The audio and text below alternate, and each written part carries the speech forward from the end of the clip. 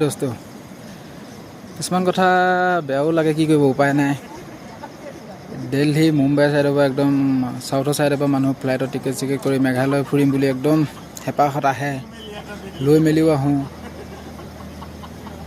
আহি পাই পিনি কেতিয়াবা এনেকুৱা পৰিস্থিতি হয়। এতিয়া 7 ছিষ্টাৰ ৱাটাৰফল চাবলৈ আহিলে আপোনাৰ কৰ্ণাটকৰ পৰা আহিছে, হাৰিয়ানাৰ পৰা আহিছে।